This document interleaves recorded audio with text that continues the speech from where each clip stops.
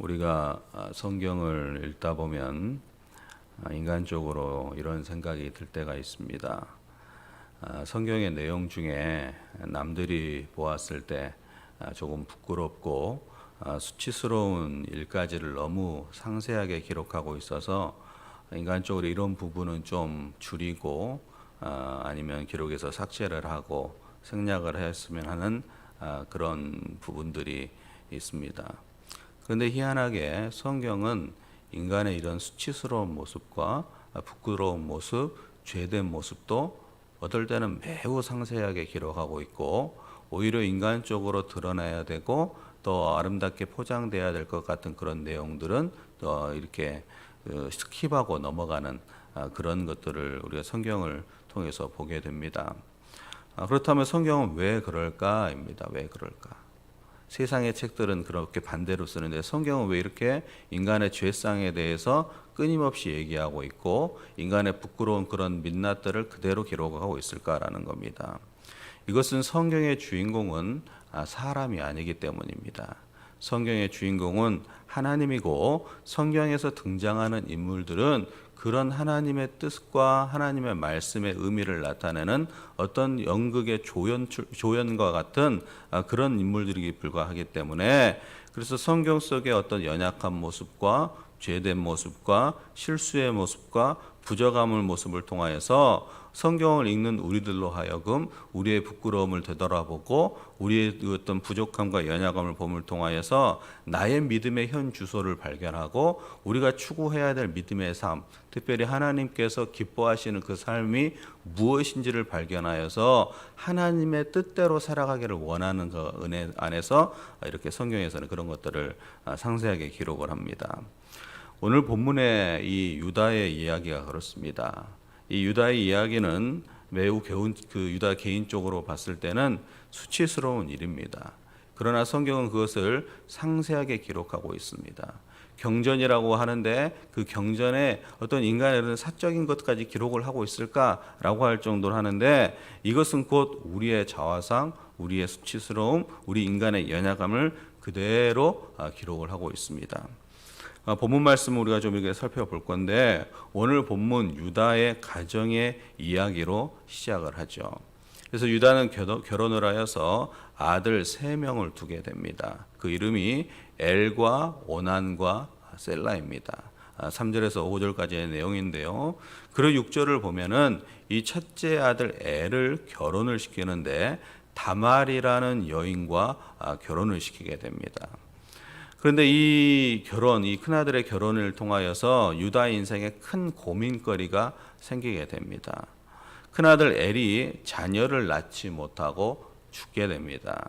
7절에 기록되어 있죠. 7절에 유다의 장자 엘이 여호와 보시기에 악함으로 여호와께서 그를 죽이신지라 이렇게 기록되어 있습니다. 그래서 이 큰아들 엘이 죽게 되는데 그 죽게 된 이유가 성경에서 분명히 기록하기를 여호와 보시기에 악하였다라고 이렇게 그 근거를 두고 있습니다. 즉 한마디로 이 엘은 죄를 일삼는 아들이었습니다. 엘의 악함이 어떤 죄인지에 대해서는 성경에 대해서 상세하게 기록하고 있지 않지만 이 말씀 속에 등장하는 단어를 연결하고 보고 이 연결선을 가지고 보면은 아마 엘은 이 가나안의 이방의 문화에 젖어 있었고 그의 삶은 그런 이 가나안의 이방 문화의 타락함을 따라가고 있었는데 그 중에 가장 대표적이었던 것이 성적인 타락 문화에 빠져 있었을 것이다. 이렇게 유추해 볼 수 있는 것입니다. 그런데 엘이 이렇게 살 수밖에 없었던 이유는 그애가 살았던 삶의 환경과 삶의 배경이 이렇게 하나님께서 선민으로 구별된 그런 민족적인 삶이 아니라 이 유다가 머물며 살게 된 그 땅에 가서 살게 되고 또 유다가 결혼하는 것이 이렇게 그냥 보통 같은 민족 동족 안에서 이루어진 것이 아니라 이방인 여인과 결혼을 함을 통하여서 뭔가 가정적으로나 환경적으로나 이 엘이 그렇게 성장할 수밖에 없는 환경이었지 않나 이렇게 생각이 됩니다.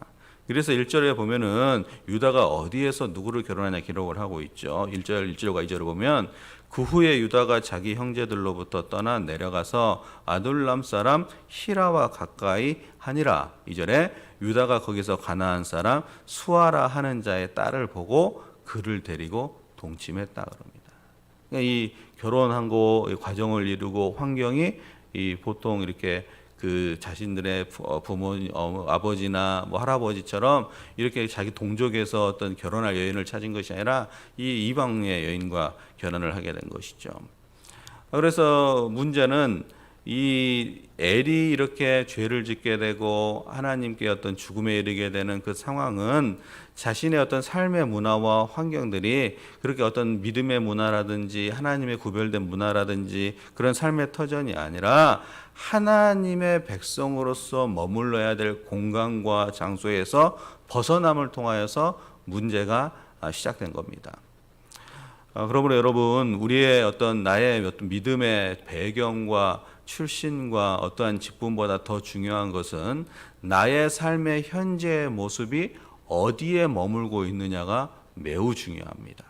내가 이런 믿음의 집안이고 우리가 선조부터 이렇게 믿음을 지켜왔고 우리 가정이 이렇게 믿음의 몇 대째고 이런 것도 중요하지만 더 중요한 것은 당대의 나의 믿음과 나의 삶의 터전들이 어느 곳에 문화 속에서 배경 속에서 믿음을 지켜나가며 살아가는가. 나의 어떤 삶에 있어서 환경들이 영적인 어떤 환경, 믿음의 환경으로 갈 수 있는 조건인가. 이것이 중요한 것입니다.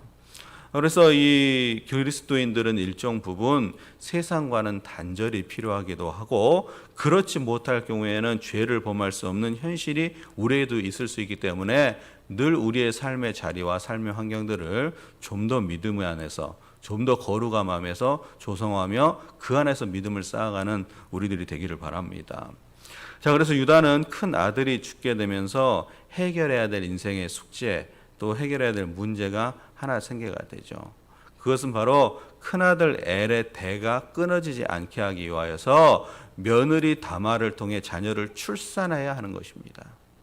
그래서 그 내용이 이 8절입니다. 8절에 유다가 오난하게 이르되 내 형수에게로 들어가서 남편의 아우된 본분을 행하여 내 형을 위하여 씨가 있게 하라 하면서 이때 당시의 시대의 어떤 문화적인 것 환경적인 것, 당연시 여겨졌던 건 그 일을 행하게 하죠. 이것이 바로 뭐냐면 수혼법이라는 거다. 수혼법.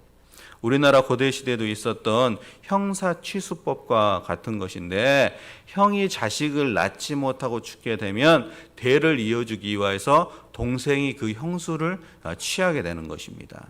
그런데 동생이 형수를 결혼을 해서 아이를 낳는데 그 아이는 자기의 아이가 되는 것이 아니라 죽은 형의 아이가 되는 것입니다.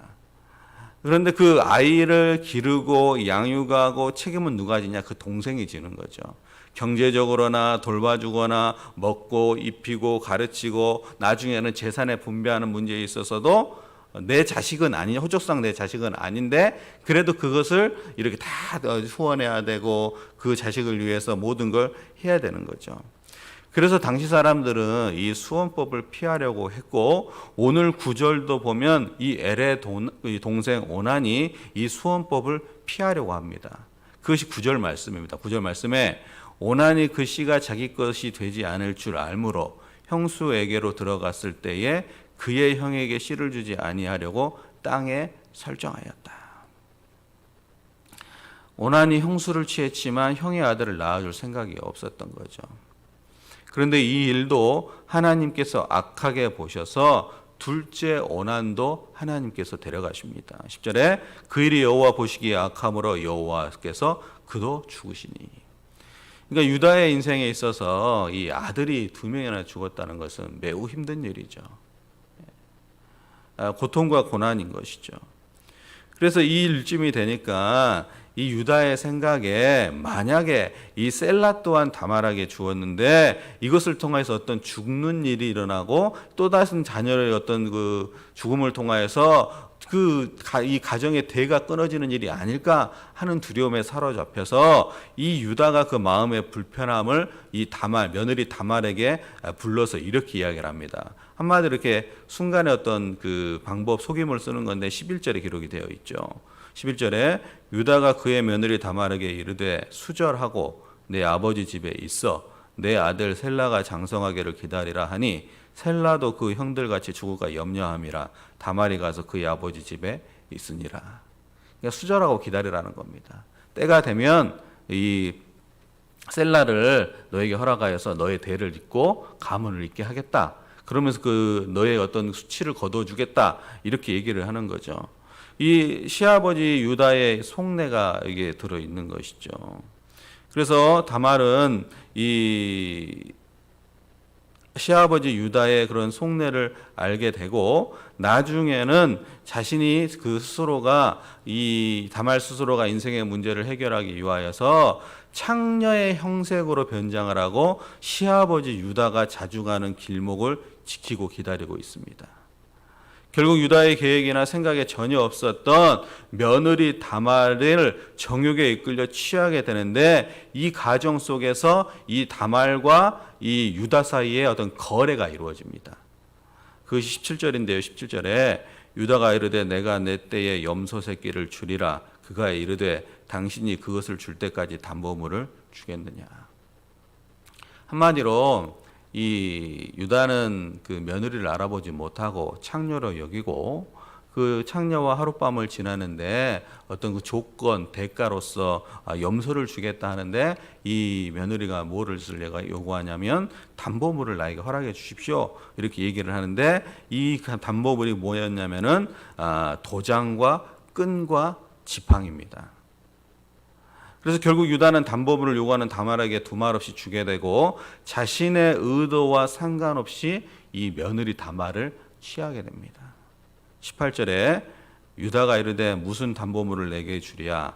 그가 이르되 당신의 도장과 그 끈과 당신의 손에 있는 지팡이로 하라. 유다가 그것을 그에게 주고 그에게로 들어갔더니. 여러분 오늘 이 말씀을 보면서 우리는 유다의 부족함과 연약함과 유다의 그런 부끄러움을 보게 될 수 있고 이 유다가 어떤 사람인지를 우리가 알게 됩니다. 도장과 끈과 지팡이를 주죠. 하룻밤을 위해서. 이 고대 시대의 도장은 이 한 사람의 정체성을 의미합니다. 도장은 곧 그 자신입니다. 우리도 지금 뭐 인감 도장 이런 것은 함부로 하지 않고 남에게 주지를 않잖아요. 그만큼 자신의 정체성에 소중한 거였죠. 그리고 끈도 어떤 의미냐면 이 끈이라는 것은 당시 시대의 옷을 입는 방식인데 옷이 길게 이렇게 통옷으로 이루어져 있는데 길게 늘어져 있어서 끈을 가지고 긴 옷을 허리를 동인다든지 먼 길을 가거나 사람이 일을 할 때 이 끈으로 허리를 동입니다. 꼭 필요한 거죠. 그리고 세 번째 지팡이는 이 자신의 어떤 그 안위를 지키는 상징물과 같은 것입니다.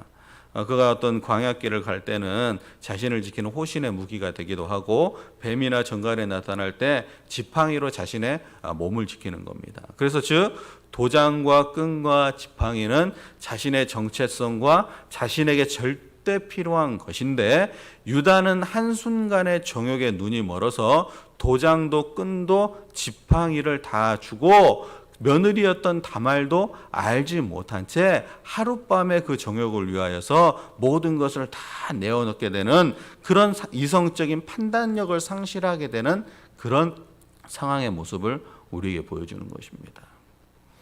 여러분 이 말씀을 보면서 우리의 모습을 보게 되기를 바랍니다. 똑같은 우리가 삶을 이렇게 살지는 않지만 우리 인간의 이성이 아무리 뛰어난다고 하지만 절대 인간의 이성을 믿어서는 안 됩니다. 내가 아무리 이성에 밝고 우리가 사리에 분별하고 모든 것의 도덕적인 것이 무엇인지를 알고 판단을 할 수 있다고 하여도 내 자신의 어떤 그것에 대해서 믿지를 말아야 되는 겁니다. 나도 언제든지 넘어질 수 있고 나도 쓰러질 수도 있고 나도 유혹을 받을 수 있고 나도 그러한 상황이 되면 넘어질 수 있는 것이 나 자신이라는 것을 알아야 되는 것이죠. 그래서 인간의 도덕성이나 윤리적인 어떤 절대성 그런 것을 믿어서는 안 되고 우리가 도덕적이라 해도 얼마나 도덕적이며 바른 행동을 할까라는 의문을 내 스스로에게 던져야 되는 것이죠. 목사인 저 또한 마찬가지죠. 목사라고 해서 다 발길을 가고 도덕적이고 남들보다 다 절대 그런 것이 아니죠. 인간인 똑같은 우리의 마음 속에는, 영혼 속에는, 우리의 중심 속에는 그러한 죄의 유혹들이 다 있다라는 겁니다. 근데 그 상황 속에서 넘어지느냐 안 넘어지느냐는 어떤 나의 이성적인 생각이나 나의 도덕적 가치로는 절대 안 된다라는 거죠. 우리가 뉴스를 보면은 연일은 넘어지게 되는 그런 소식들을 많이 듣게 되고, 또 지도자들이 그런 유혹에 빠져서 가야 되지 않아야 될 그 길을 가게 되는 그런 것들을 보면서 인간의 연약함을 우리는 늘 자주 보게 됩니다. 그래서 나의 이성을 믿고 나의 행동의 규칙을 믿고 나의 순수한 마음을 믿는다는 것은 가장 큰 오판입니다. 가장 큰 오판. 내가 유혹을 받을 환경을 경험하지 않고 하나님께서 그나마 지켜주셔서 그렇지 우리도 다 유다와 같은 성전을 지닌 사람이라는 거죠. 그러므로 언제나 나도 죄성이 있고 죄의 유혹이 있고 정욕과 욕심이 있다는 것을 알고 늘 대비를 해야 되는 겁니다. 경각심을 가져야 되는 거죠. 늘 우리가 하나님 앞에서 온전하게 서 있지 못하면 우리는 늘 넘어질 수 있는 존재가 되는 겁니다. 우리가 그냥 하나님을 생각하는데 믿음이 있다고 하는데 하나님과의 소통과 교제가 없고 하나님의 말씀에 깊은 어떤 은혜의 경험도 없고 그냥 습관처럼 교회를 왔다 갔다 신앙생활하고 그냥 나의 삶 속에서 어떤 신앙의 한 부분이니까 나의 신앙과 세상 사이에서 명확한 구분을 하지 않고 세상의 문화에서 취하고 살다 보면 나도 어느 순간 모르게 나의 생각이나 도덕성을 뛰어넘는 죄의 유혹을 받는 상황이나 어떤 어려움이 찾아오게 되면 넘어질 수 있는 것이 우리라는 겁니다. 그러므로 늘 깨어 있어야 되고 늘 대비를 해야 되는 것이죠. 그래서 다시 말하면 우리가 머물며 사는 곳의 문화가 어느 곳인지, 우리가 발을 딛고 사는 곳이 어느 곳인지 그것을 분명히 해야 되는 것이죠. 그래서 하나님이 지켜주시는 그 가정 안에서의 온전한 믿음의 가정, 온전한 사랑의 가정을 일궈가면서 하나님이 기뻐하실 그런 뜻을 끊임없이 찾아가는 것이 믿음의 여정이고 신앙의 여정이라는 것입니다.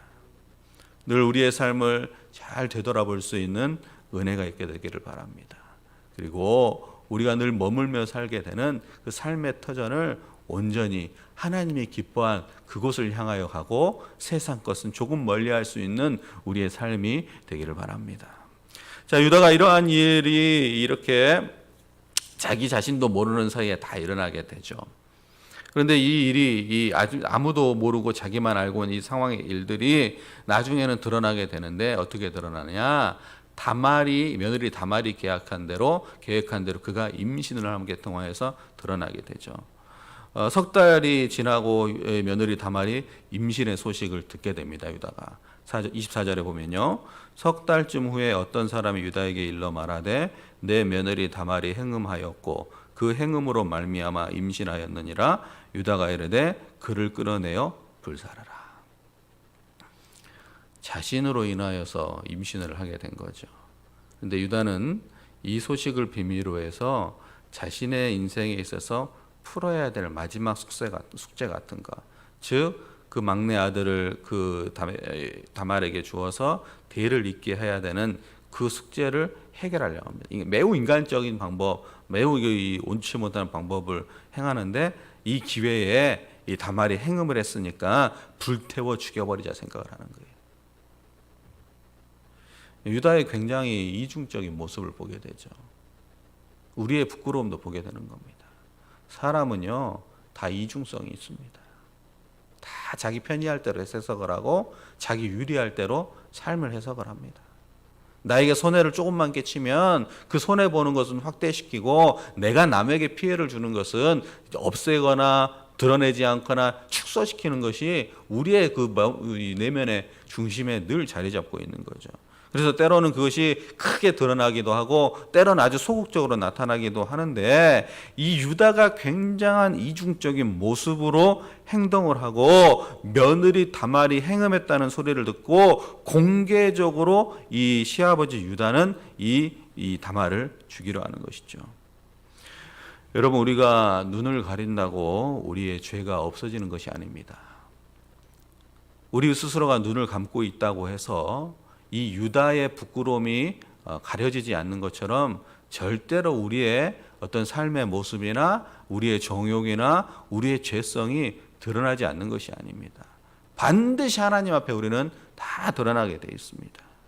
그런데 우리는 쉽게 남을 정죄하고 남을 판단하고 남에 대해서는 내가 이렇게 마음대로 하면서 나 자신에 대해서는 덮어둔 채로 착각을 하는 것이 나는 죄가 없다, 나는 의롭다, 나는 온전하고 생각하면서 수없이 그 손가락의 방향을 내 자신을 가르치는 것이 아니라 상대방을 향하고 상대방을 비판하고 상대방을 모욕하고 상대방을 수치스럽게 해서 내가 의롭게 드러나고자 하는 것이 인간의 내성, 이 마음 속에 다 있다라는 거죠. 그래서 세상 사람은 다 아는데 자신은 아무 문제가 없다. 떳떳하게 행하면서 나는 아무런 그 꺼리낌도 없다라고 생각을 하는데 사실은 내 안에 문제가 다 가득하고 있다는 것을 우리가 알아야 됩니다. 세상 사람들은 어찌 보면 우리에 대해서 정확하게 알고 있다라는 거죠. 어떤 교회의 문화나 교회의 어떤 그런 그 분위기나 그런 것은 잘 몰라도 우리에게 삶 속에서 드러나는 그 모습을 보고 아, 기독교회는 이렇다라는 것에 대한 판단을 어느 정도 한다라는 거죠. 세상은 다 알고 있는데 우리만 모를 수 있다라는 거죠. 우리가 상식적인 수준과 어떻게 이렇게 할 수 있을까? 뭐 이렇게 뉴스나 TV를 보면 그 속에서 우리가 혀를 끌끌 차게 되지만 왜 그들이 그렇게 잘못된 길을 가면서 왜 자신의 수치에 대해서는 얘기를 안 하고 자신들의 잘못에 대해서는 얘기를 안 하고 왜 자꾸 다른 사람을 향하고 있고 정부를 향하고 있고 지도자를 향하고 있느냐? 그것은 바로 자기를 절대 들여다보지 못하기 때문입니다. 근데 들여다보지 않으려고 하는 겁니다. 들여다보지 않다 보니까 어떻게 되냐? 착각을 하는 거예요. 뭐가 죄인지, 뭐가 옳은 것인지, 뭐가 그런지 판단하지 못하고 자기가 생각하고 마음 먹은 것이 진리가 되고 정당하게 되고 그러면서 자기는 어떤 목회를 한다고 얘기하고 자신은 순교를 한다고 얘기하는 것이죠. 그것이 다 우리의 모습이라는 겁니다. 즉 이 시대의 유다의 모습, 성경의 이 유다의 모습이 곧 나의 모습이고 믿는 우리의 모습이라는 거죠. 그래서 우리가 대신 회개해야 되고 내가 그 죄를 뒤집어쓰고 그 죄를 회개하는 그 심정으로 우리가 살아야 되는 거죠. 이 시대에. 지금 이 시대에 우리가 우리를 정확히 볼 줄 알아야 됩니다. 내가 나를 볼 수 있어야 됩니다. 유다는 자기 스스로를 보지 못하고 이 행함했다 여기면서 죽이려 했던 다말을 통하여서 수치를 당하게 됩니다. 25절에 기록이 되죠. 여인이 끌려 나갈 때에 사람을 보내어 시아버지에게 이르되 이 물건 임자로 말미암아 임신하였나이다. 청하건대 보소서 이 도장과 그 끈과 지팡이가 누구의 것이니까 한지라.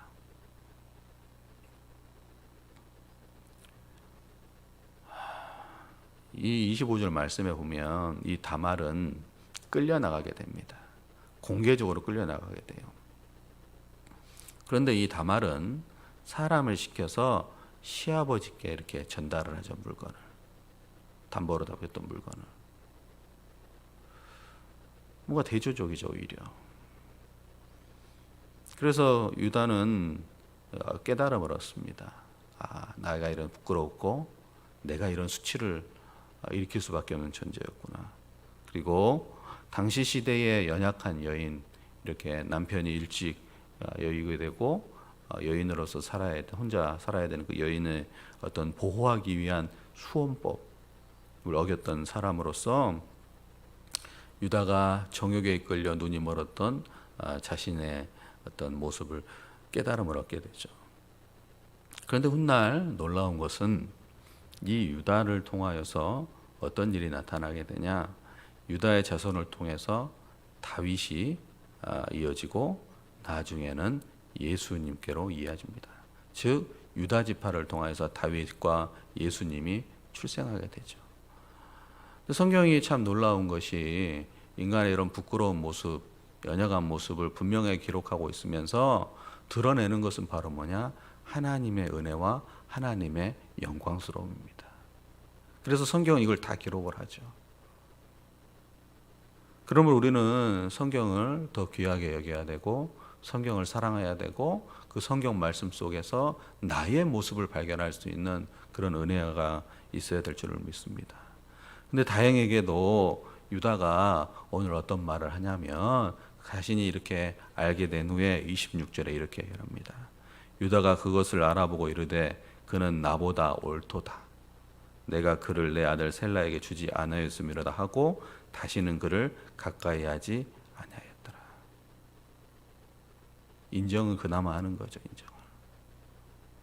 인정을 하게 되고 이제 성경을 우리가 다 보지는 않았지만 나중에 이 유다가 어떤 중요한 일을 하게 됩니다.